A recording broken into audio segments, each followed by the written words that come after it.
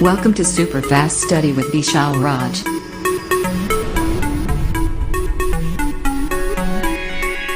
Hello दोस्तों, की हाल चाल सब बढ़िया। आप सभी का स्वागत है आपके YouTube channel super fast study with Vishal Raj में। दोस्तों आज हम आपके लेकर आए नए क्लास जहां पर बात करेंगे बहुत ही महत्वपूर्ण टॉपिक की। तो जल्दी से भी क्लास में जुड़ जाइए, क्लास को जल्दी से लाइक कर दो और सभी लोग क्लास में आ जाओ। Good evening all of you, सभी गुड इवनिंग। ठीक है, जल्दी करिए, जल्दी जल्दी सब लोग आ जाइए क्लास में। हम आशा करते हैं आप लोग खुश होंगे, मस्त होंगे, एंजॉय कर रहे होंगे, पढ़ाई कर रहे होंगे, मन लगा पढ़ाई कर रहे होंगे। तो आपको अपना पढ़ाई करते रहना है और हार्डवर्क मेहनत करते रहना है। ठीक है, तो जल्दी करिए, जल्दी से लोग क्लास में आ जाइए। क्लास स्टार्ट हो चुका है। तो इस क्लास को स्टार्ट करते हैं एक मोटिवेशन के साथ जो आपको ऊर्जावान बनाएगा। तो आपको ध्यान सुनना है और ध्यान में अपनी उतार लेना है। ठीक है, तो आप लोग ध्यान सुनिएगा।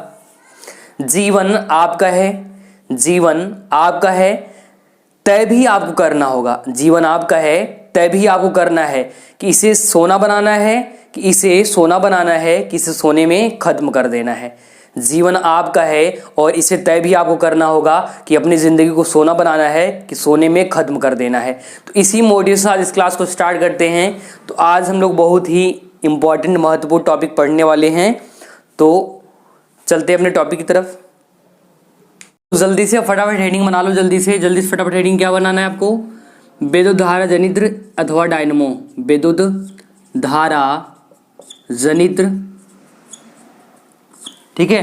तो इसे चाहे आप विद्युत जनित्र भी कह सकते हैं, इसे क्या कहते हैं? विद्युत जनित्र भी कह सकते हैं। तो आप कर सकते हो विद्युत जनित्र भी, कोई दिक्कत इसमें नहीं है। ठीक है, तो इसे आप क्या कर सकते हैं? विद्युत जनित्र भी कर सकते हैं। तो लिख लो विद्युत जनित्र अथवा डायनमो।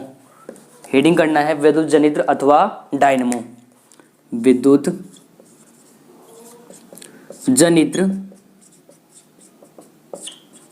अथवा डायनमो। हेडिंग बना लीजिए जल्दी से।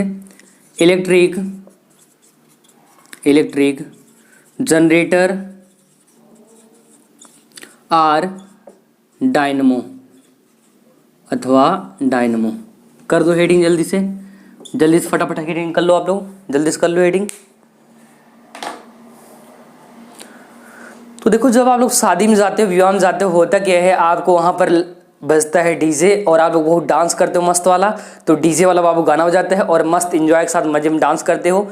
एक्चुअली गाना कैसे बजाएगा? जब तक जनरेटर नहीं चलेगा। तो जनरेटर वाला भी एक गाना था, चालू कर जनरेटर, ऐसा कुछ करके था गाना। ठीक है, भोजपुरी में, तो आप सुन भी सकते हैं। तो जनरेटर या जनित्र, ठीक है, जिसको आप अपनी भाषा में गलत बोलते हो, कहते जगलेटर।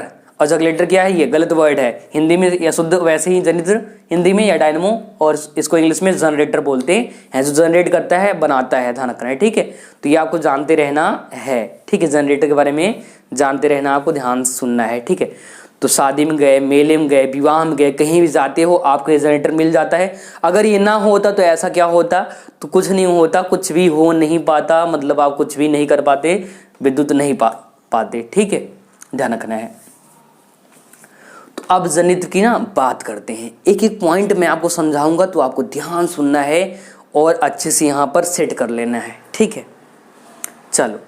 तो विद्युत जनित्र अथवा डायनमो अभी करता क्या है? ये चलेगा तो जनरेटर मतलब जनरेट करेगा, विद्युत देगा, इलेक्ट्रिक देगा, जिससे क्या होता है? गाना बजता है, डीजे बजता है और डांस होता है, लाइट जलता है, सारा काम होता है। तो कहेंगे हम यह एक ऐसा यंत्र है, यह एक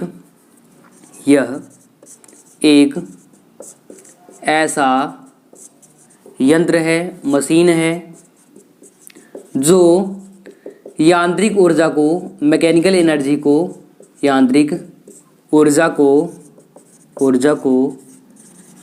विद्युत ऊर्जा में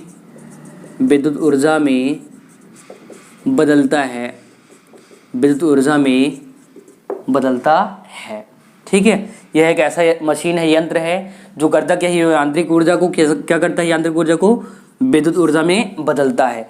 जो घूमता है, चलता है, उसको बोलते क्या? यांत्रिक ऊर्जा। और जो हम लोग को लाइट मिलता है, लाइट जलाते हैं, डीजे बजाते हैं, वो क्या होता है? विद्युत के द्वारा बनता है। आगे लिखिए विद्युत जनित्र या डायनमो दो प्रकार का होता है।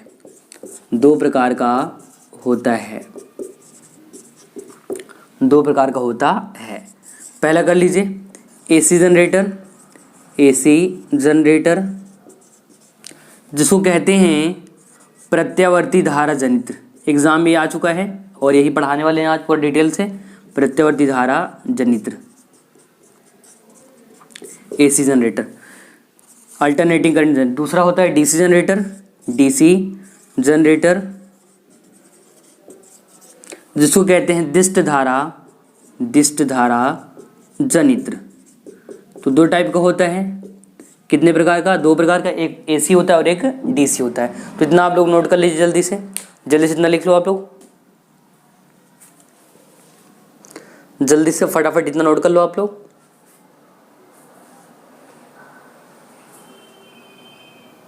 तो जल्दी से नोट कर लीजिए आप लोग, जल्दी करिए आप लोग, जल्दी से लिख लीजिए इतना। यह एक ऐसा यंत्र है, ऐसा मशीन है जो यांत्रिक ऊर्जा को विद्युत ऊर्जा में बदलता है। विद्युत जनित्र या डायनेमो दो प्रकार का होता है, एसी जनरेटर और डीसी जनरेटर। एसी जनरेटर और डीसी जनरेटर, इतना ध्यान रखना है।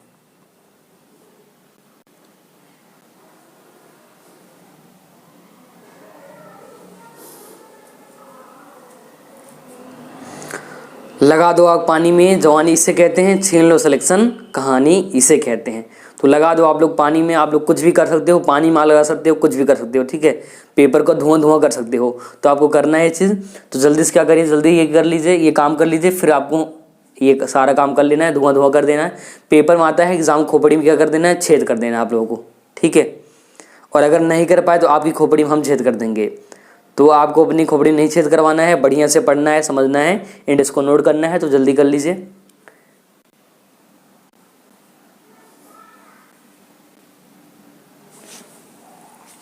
यहाँ तक हो गया है, दो प्रकार का होता है, यहाँ तक हो गया डन, यहाँ तक हो चुका है, एसी जनरेटर, डीसी जनरेटर। चलो इसको हटाते हैं। अब ये पहला वाला आपको पढ़ना है, अल्टरनेटिंग करंट जनरेटर, पहला वाला पढ़ना है, ध्यान रखना है। पहला वाला क्या करना है, पढ़ना है। तो पहला वाला हेडिंग कर लो,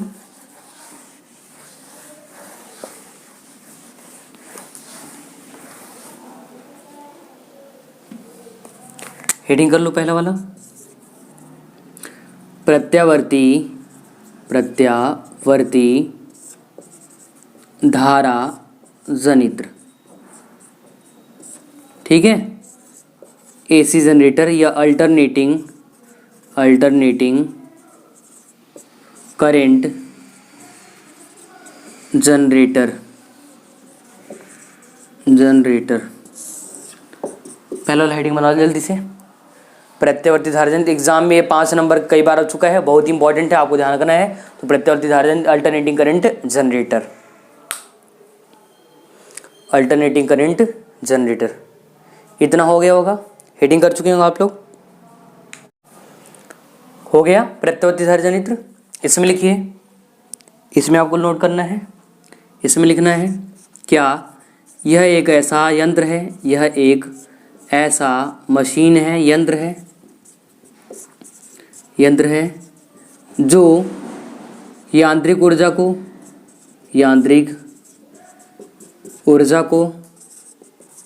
को प्रत्यावर्ती धारा में बदलता है।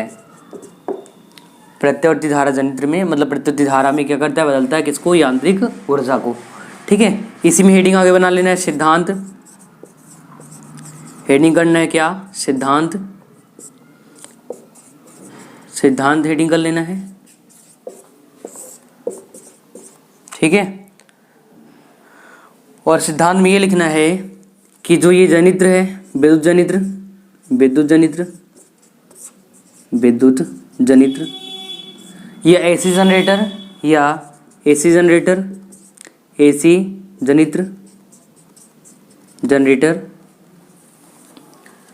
विद्युत चुंबकीय प्रेरण के सिद्धांत पर, विद्युत चुंबकीय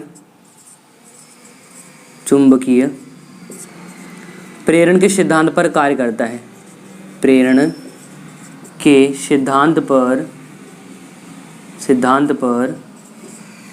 कार्य करता है, कार्य करता है,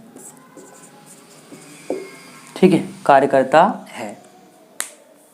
इतना नोट कर लीजिए पूरा पूरा, इतना पूरा का पूरा लिख लो आप लोग जल्दी से।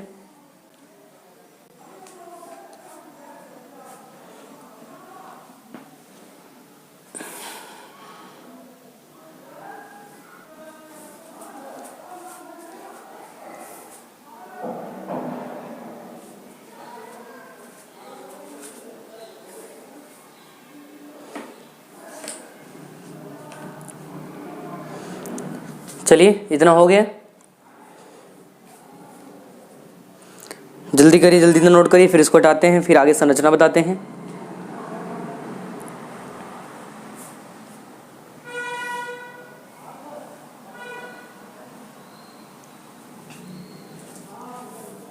तो एक बार आप सुन लीजिए फिर से। हमने कहा जनित्र करता क्या है, यांत्रिक ऊर्जा को बदलता किसमें, विद्युत ऊर्जा में, और उससे होता क्या है, हम लोग बिजली प्राप्त करते हैं, जैसे डीजे बजाते हैं, लाइट जलाते हैं, सारा काम करते हैं, मेला लगवाते हैं, ठीक है। सारा किससे, जनित्र से, जनरेटर से होता है, इतना आपको ध्यान रखना है। एंड आपको जानते रहना है कि ये करता क्या है, विद्युत जनित्र जो है किसको, यांत्रिक ऊर्जा को विद्युत ऊर्जा में बदलता है। इसका सिद्धांत क्या है, सिद्धांत किस सिद्धांत पर, तो विद्युत चुम्बकीय प्रेरण के सिद्धांत पर कार्य करता है। और ये विद्युत चुम्बकीय प्रेरण क्या है, हमने बताया था कि जब फ्लक्स में परिवर्तन करते हैं, फ्लक्स का मान परिवर्तन करते हैं, क्या होता है, विद्युत वाहक बल उत्पन्न होता है, जिसे प्रेरित विद्युत वाहक बल कहते हैं, और एक धारा बहती है जिसे प्रेरित धारा कहते हैं। और ये सारी घटना कहलाती है क्या, विद्युत चुम्बकीय प्रेरण कहलाती है। जहां पर हमने स्वप्रेरण अन्योन्य पढ़ा था, वही वाला टॉपिक होता है क्या, विद्युत चुम्बकीय प्रेरण, वही टॉपिक क्या है, विद्युत चुम्बकीय प्रेरण, और हमने ये पढ़ा रखा है ऑलरेडी, ठीक है। इतना हो गया होगा, इतना कर चुके हैं आप लोग, जल्दी करिए आप लोग।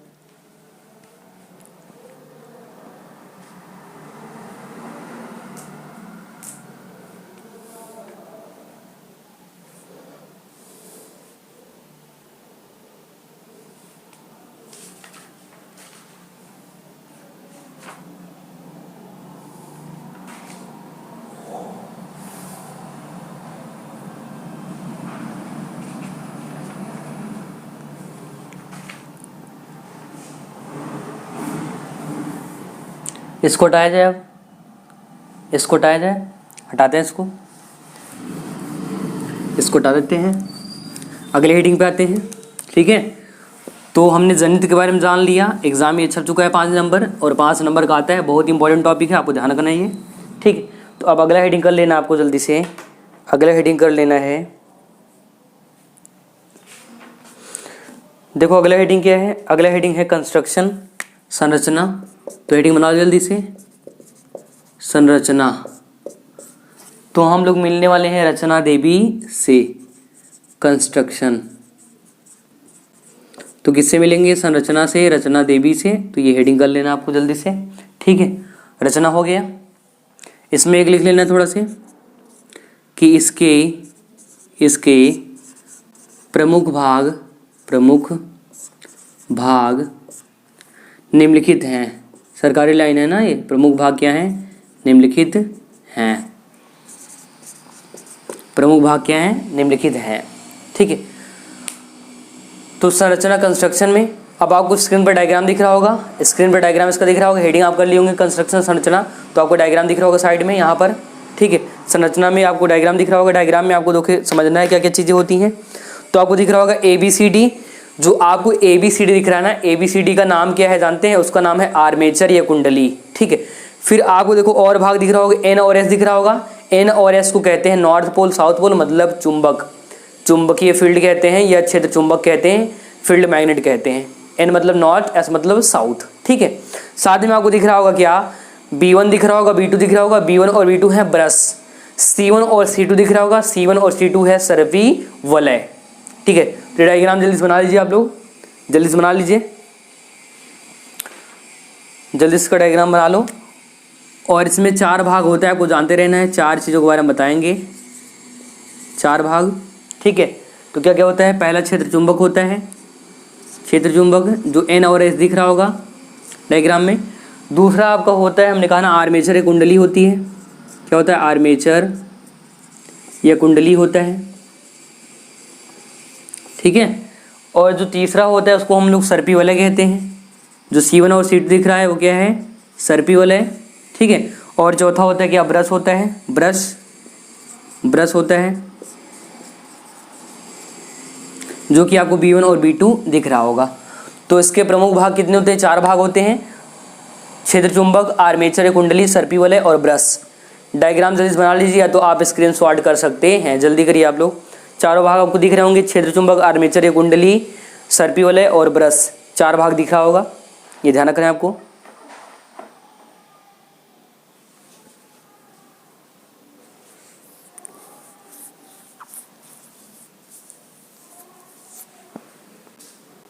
जल्दी करिए आप लोग, जल्दी नोट कर लीजिए।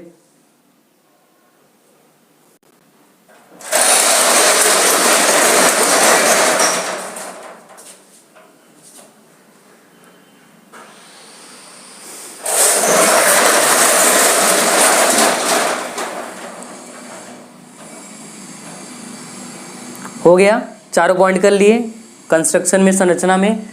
तो आपको ध्यान रखना है जनरेटर का 4 भाग होता है, एक तो क्षेत्र चुंबक होता है, ध्यान रखना है, दूसरा हमने कहा आर्मेचर कुंडली होती है, तीसरा होता है सर्पी वलय और चौथा होता है ब्रश, ठीक है। तो डायग्राम में आपको दिख रहा होगा जो N और S दिख रहा होगा, N और S मतलब नॉर्थ पोल और साउथ पोल, उसको हम लोग कहते हैं क्षेत्र चुंबक या फील्ड मैग्नेट कहते हैं।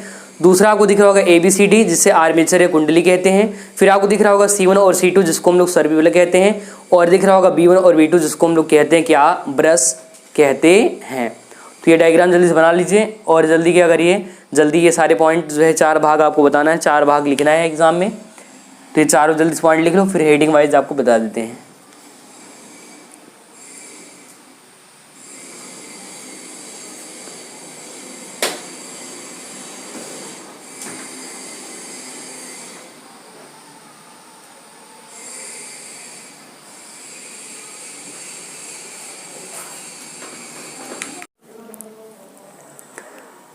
हो गया, डायग्राम बन गया है।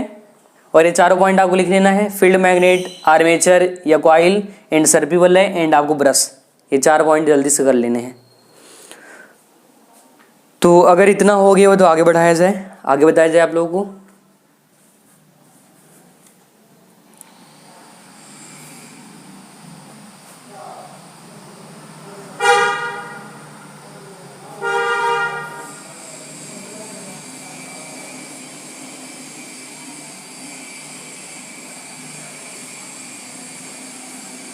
चलिए इसको हटाते हैं, डायग्राम भी हटा देते हैं।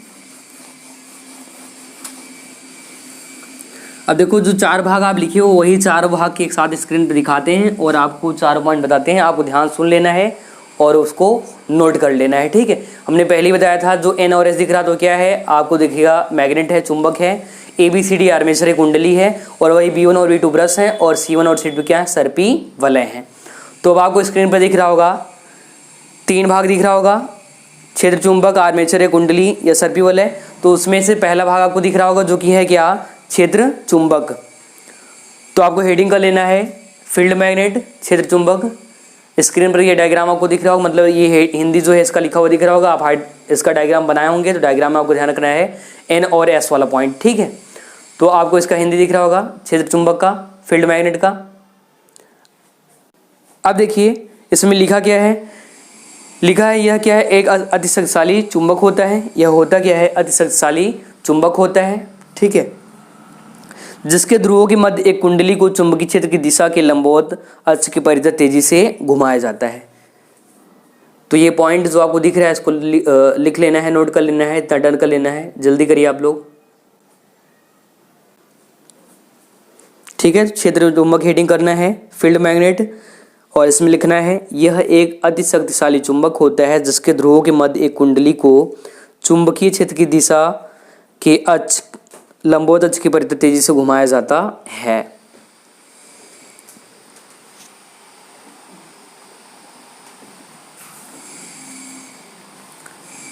जल्दी करिए, जल्दी इतना लिख लीजिए, 2 लाइन आपको लिखने हैं, जल्दी लिख लीजिए इसमें।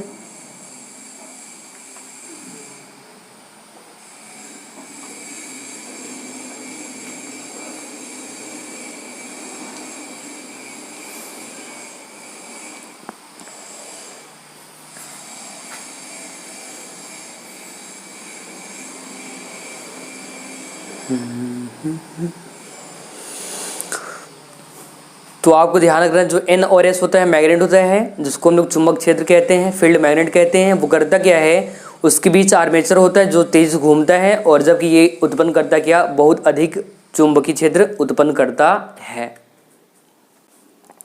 इसलिए यहां पर लिखा कि अतिशक्तिशाली चुंबक होता है। इसको हटाया जाए। अब इस पॉइंट को हटाया जो आप लिख चुके हो।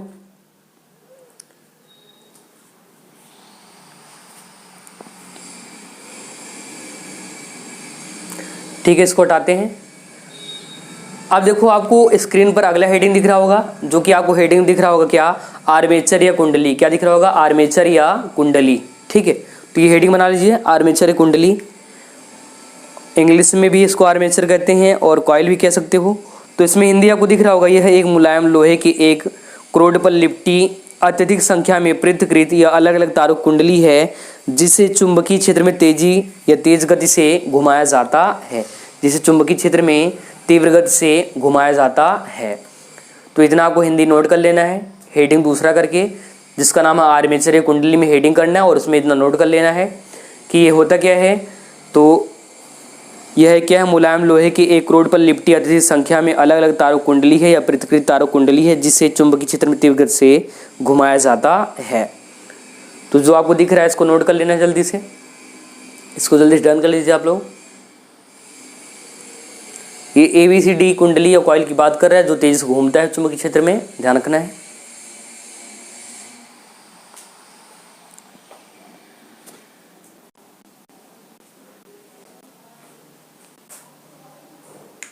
कर चुके हैं आर्मेचर कुंडली, हो गया। जो स्क्रीन पर दिख रहा है इतना नोट कर चुके हैं आप लोग, जल्दी करिए। आर्मेचर कुंडली में जो हिंदी दिख रहा है जल्दी इसको लिख लो आप लोग।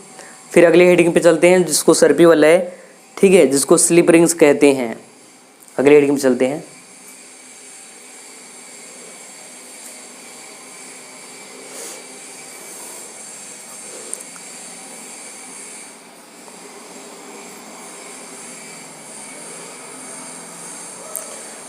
ठीक है, इतना डन हो गया।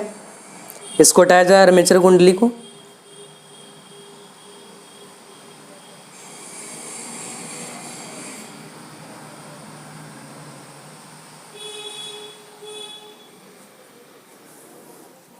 चलिए इसको हटाते हैं।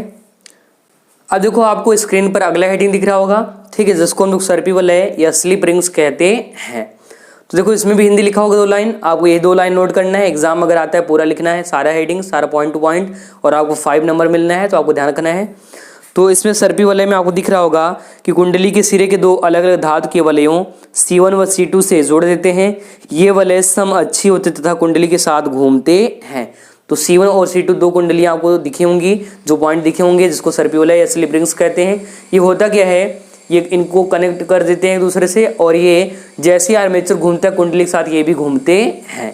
तो इतना पॉइंट आपको नोट कर लेना है, नोट कर लीजिए।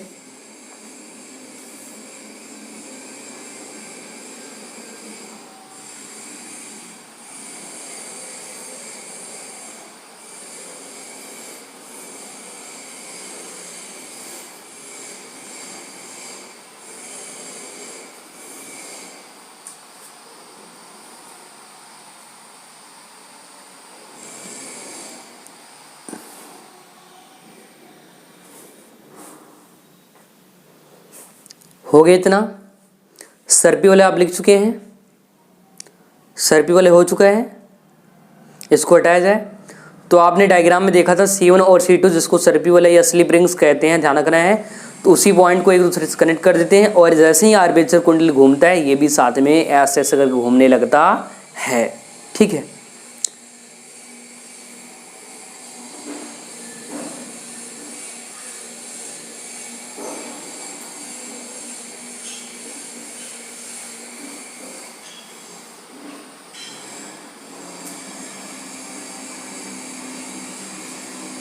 चलिए इसको हटाते हैं। अभी ये स्क्रीन से हट गया होगा, अब आपको अगला दिख रहा होगा। तो आपको चौथा वाला हेडिंग कर लेना, 4 पॉइंट वाला, जिसको ब्रश कहते हैं, जो कि B1 और B2 था। ठीक है, B1 और B2 क्या है, 2 ब्रश है, ध्यान रखना है। ये आपका जो है उनके साथ नहीं घूमते हैं, ध्यान रखना है। तो इसमें पॉइंट आपको दिख रहा होगा कि ये कार्बन या किसी धातु की पत्तियों से बने दो ब्रश B1 व B2 होते हैं। इनका एक सिरा दो वलयों को स्पर्श करता है तथा शेष दूसरे सिरों को बाहरी परिपथ से संबंधित कर दिया जाता है। ये ब्रश कुंडली के साथ नहीं घूमते हैं। तो ये ब्रश क्या होते हैं? कुंडली के साथ नहीं घूमते हैं, इतना ध्यान रखना है। ये ब्रश कुंडली के साथ नहीं घूमते हैं, इतना कर लीजिए।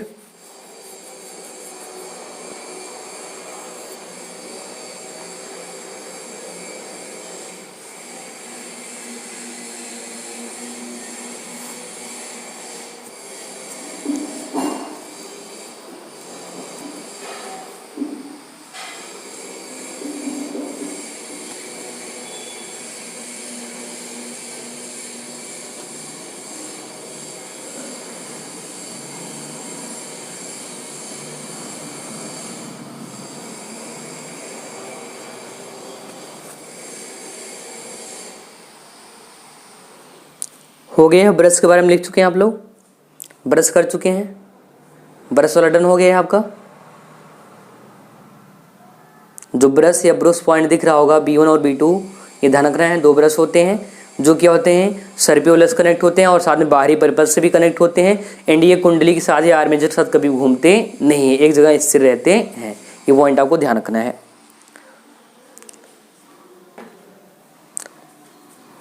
डन हो गया इतना।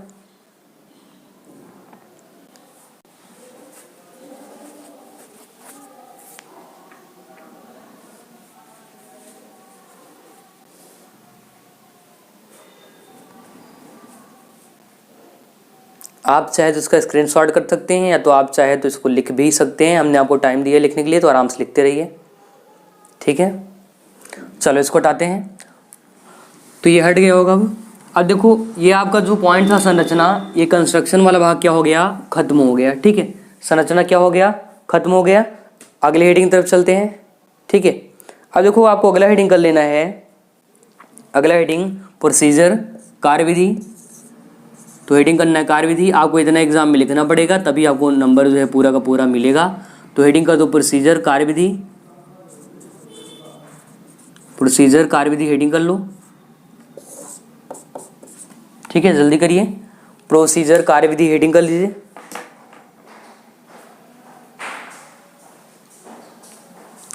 कार्यविधि हेडिंग कर चुके हैं। अब अगर कार्यविधि हेडिंग हो गया तो इसमें आपको पॉइंट देखना है, जितना भी लिखा है सारा कुछ लिखना है अच्छे से, या तो आप स्क्रीनशॉट भी कर सकते हैं, ठीक है, या तो आप स्क्रीनशॉट भी कर सकते हैं। तो कार्यविधि प्रोसीजर हेडिंग हो गया होगा। अब देखो आपको स्क्रीन पर दिख रहा होगा इसका पूरा प्रोसीजर है कार्यविधि, ठीक है। कार्यविधि में क्या लिखा है पूरा सुन लीजिए आप लोग। तो माना प्रारंभ में कुंडली ABCD का तल चुंबकीय क्षेत्र के लंबवत है। कुंडली का सिरा A सर्पी वलय C1 से तथा सिरा D सर्पी वलय C2 से जुड़ा है। ब्रश B1 वलय C1 को तथा ब्रश B2 वलय C2 को स्पर्श करता है। यदि कुंडली दक्षिण दिशा में घुमाई जा रही है तो फ्लेमिंग के दाएं हाथ के नियम से कुंडली में प्रेरित धारा ABCD की दिशा में प्रवाहित होगी। कुंडली का आधा चक्कर पूरा होने के बाद भुजा AB व CD क्रमशः अपनी अपनी स्थितियां बदल लेती हैं। सर्पी वलय C1 व C2 भी अपने स्थान पर घूम जाते हैं, परंतु ब्रश B1 का संबंध सर्पी वलय C1 से तथा ब्रश B2 का संबंध सर्पी वलय C2 से बना रहता है।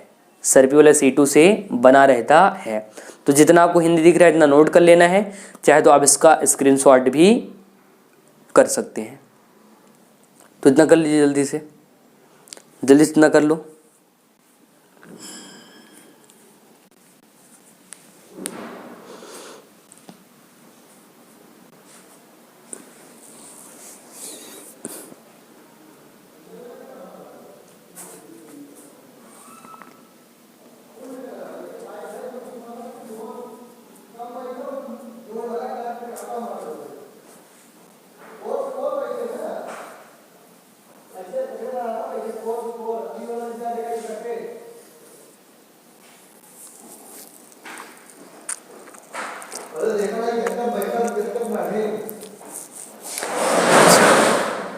जल्दी करिए, कार्यविधि डन करिए आप लोग। प्रोसीजर लिख लीजिए जितना हमने बताया, एक बार फिर से रिपीट कर लेते हैं। हमने कहा माना प्रारंभ में कुंडली ABCD का तल चुंबकीय क्षेत्र के लंबवत है। कुंडली का सिरा ए सर्पियोलस C1 से तथा सिरा डी सर्पियोलस C2 से जुड़ा है। ब्रश B1 वलय C1 को तथा ब्रश B2 वलय C2 को स्पर्श करता है।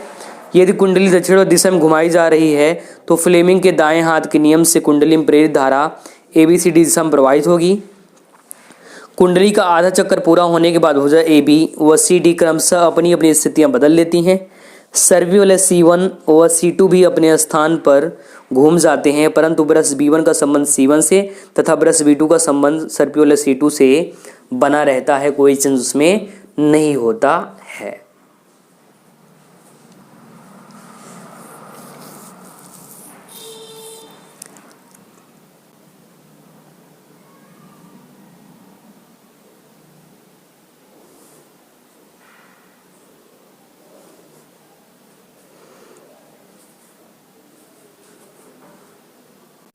जल्दी करिए, कार्यविधि को भी डन कर लो आप लोग जल्दी से।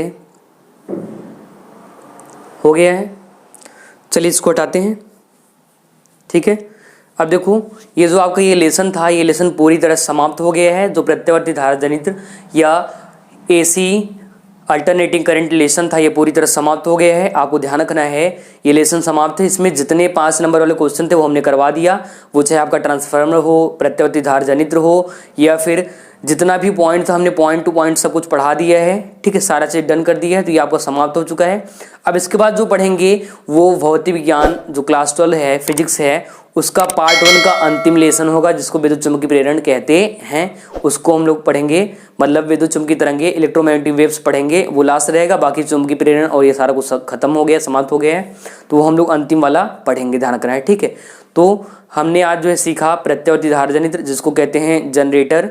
AC जनरेटर के बारे में डिटेल से जाना, सारे उसके भाग जाने, संरचना जाना, वो कर्जक या यांत्रिक ऊर्जा को बदलता है किसमें, विद्युत ऊर्जा में, सारा कुछ हमने सीखा और जाना।